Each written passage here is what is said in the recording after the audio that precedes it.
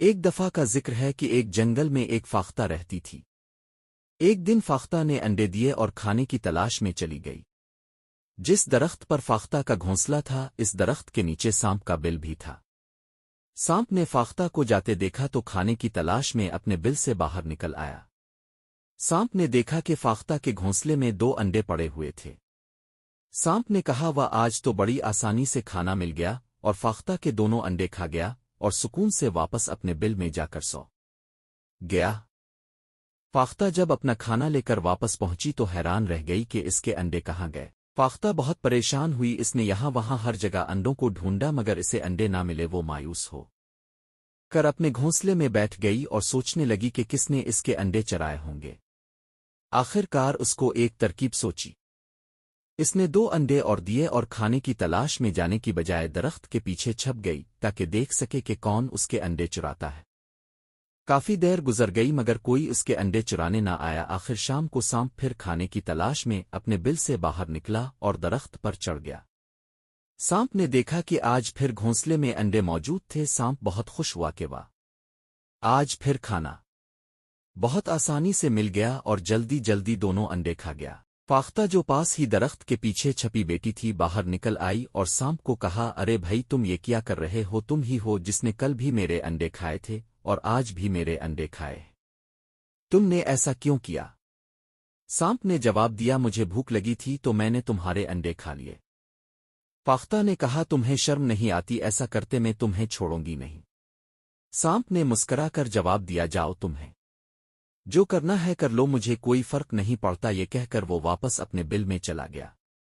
اب فاختہ بہت پریشان ہوئی۔ سانپ بہت بڑا تھا اور فاختہ اس کا کچھ بھی نہیں بگاڑ سکتی تھی۔ فاختہ پھر سے کوئی ترکیب سوچنے لگی کہ کیا کرے مگر اسے کوئی ترکیب نہ سوجھی اور وہ مایوس ہو گئی۔ تھوڑی ہی دیر گزری کہ فاختہ نے اپنی پھوپھو لومڑی کو وہاں سے گزرتے دیکھا۔ فاختہ جلدی سے لومڑی کے پاس پہنچی اور اسے سانپ کے ظلم کی ساری داستان سنائی اور لومڑی سے مدد طلب کی۔ لومڑی نے فاختہ سے کہا کہ میرے پاس ایک بہت اچھی ترکیب ہے، لیکن تمہیں اس پر عمل کرنا ہوگا اور انجام خود دیکھ لو۔ فاختہ نے اس کی بات مان لی۔ لومڑی نے فاختہ کو بتایا کہ شام کے شہزادی تالاب پر نہانے جاتی ہے اور اپنا قیمتی ہار وہیں زمین پر رکھ دیتی ہے۔ تم وہ ہار الفاٹے لانا اور اس ہار کو سانپ کے بل میں ڈال دینا۔ جب فاختہ نے لومڑی کی یہ ترکیب سنی تو پہلے تو وہ بہت پریشان ہوئی کہ یہ کیسی ترکیب ہے، اس سے مجھے کیا فائدہ، میں کسی اور مصیبت میں نہ پھنس جاؤں۔ مگر چونکہ اس نے لومڑی سے وعدہ کیا تھا کہ وہ ترکیب پر عمل کرے گی تو وہ آخر تالاب پر چلی گئی اور شہزادی کے نہانے کا انتظار کرنے لگی۔ جیسے ہی شہزادی اپنا ہار اتار کر تالاب میں گئی، فاختہ نے جھٹ سے شہزادی کا بار اٹھایا اور سانپ کے بل کی طرف چل پڑی۔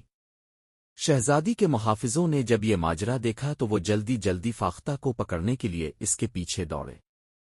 فاختہ بڑی مشکل سے اپنی جان بچا کر سانپ کے بل تک پہنچی اور شہزادی کا ہار بل میں پھینک دیا اور اپنے گھونسلے میں جا بیٹھی۔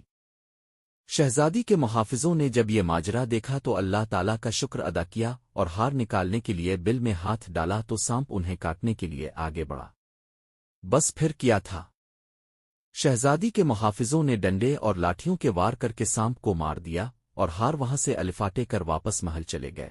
جب فاختہ نے یہ سارا ماجرا دیکھا تو اللہ تعالیٰ کا شکر ادا کیا اور جا کر اپنی پھوپھو لومڑی کا شکریہ ادا کیا اور ہنسی خوشی اپنی زندگی گزارنے لگی۔